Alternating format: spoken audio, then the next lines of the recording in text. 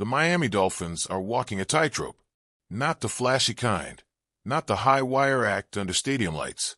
This is behind the scenes, subtle, calculated. But don't let that fool you. What's happening here has teeth. And maybe claws. Because for all the noise about building through the draft and trusting the process, there's a question that just won't go away. What's the real cost of chasing compensatory picks? See, there was a time when Miami acted bold, took swings. But that version feels distant now. Something shifted when Brian Flores walked through that door years ago. The organization didn't just hire a coach. They bought into an idea, a system, the so-called Patriot way.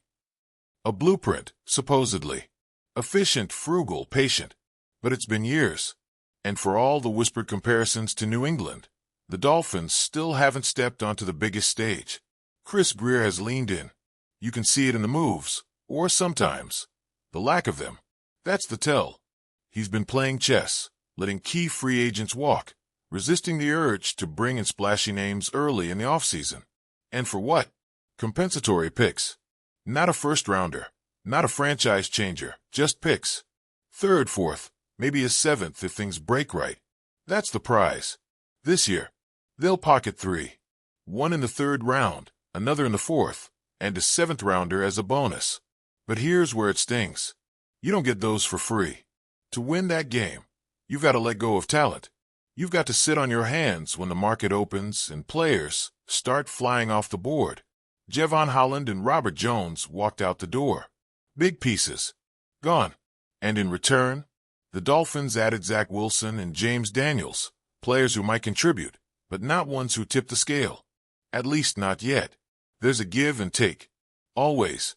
Those 4 names, Holland, Jones, Wilson, Daniels, they cancel each other out. No net gain. Nothing to celebrate. And it leaves the front office hoping, quietly, that more in-house free agents sign elsewhere. Hoping for scraps, really. A 7th-round pick here. A depth piece there. All while holes on the roster remain wide open. But here's the kicker. The clock is ticking. The NFL's compensatory formula has a deadline. June 1st. After that, signings don't affect the formula. So, is Grier playing the waiting game? Sitting tight until that date passes, just to protect a theoretical pick in next year's draft? That's the kind of move that makes you pause. Because while Miami hesitates, talent is getting scooped up. Guys who could plug immediate gaps. Asante Samuel Jr., still out there. Brandon Scherf, too. Positions where the Dolphins aren't just thin, they're bleeding. It's not about panic.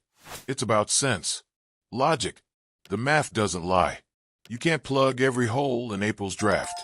You can't build depth with dreams. So why cling to this idea that compensatory picks are sacred? Why not act now? Bring in players who move the needle, and accept that maybe, just maybe, the price is losing a shot at a 6th-rounder. Let's talk brass tacks. The roster isn't complete. That's not opinion, it's reality. The trenches need help.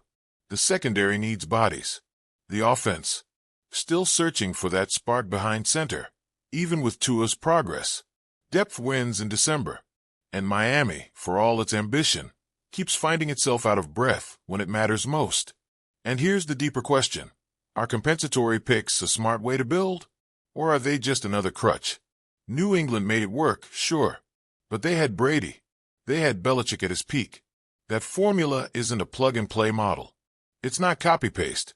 You can mimic the behavior, but not the outcome. Not unless you have the core to back it up. Miami wants to be that. They want to be precise, disciplined, calculated. But the reality keeps pushing back. It's not enough. Not yet. And what happens if the picks they're holding out for turn into nothing? What if the late rounders miss? What if the players they passed on today become stars elsewhere? That's the gamble.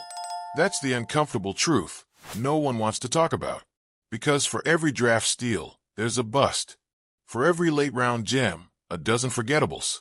Banking on comp picks is like betting on coin flips when the house is already stacked. And Miami? They're not playing with house money. They're playing with urgency. With a fan base that's tired of waiting. Tired of the slow climb. Tired of seeing windows open and slam shut in the same season. This offseason had a different tone. Not loud. Not chaotic. just restrained, like a team walking through a museum, afraid to touch the glass. Zach Wilson is here now. A reclamation project, maybe. But does that move the needle? Does that scream contender? Or is it just more of the same? Low risk, low reward? James Daniels was a solid get. No complaints there. But again, quiet. Understated. Necessary, sure. But not the kind of move that defines a franchise's direction. And so we wait. For the calendar to flip to June. For the next wave of signings. For the draft. For hope. But it's hard not to wonder, what if this isn't the plan but the excuse? What if the front office is more comfortable playing it safe than taking real risks? What if they've mistaken caution for strategy?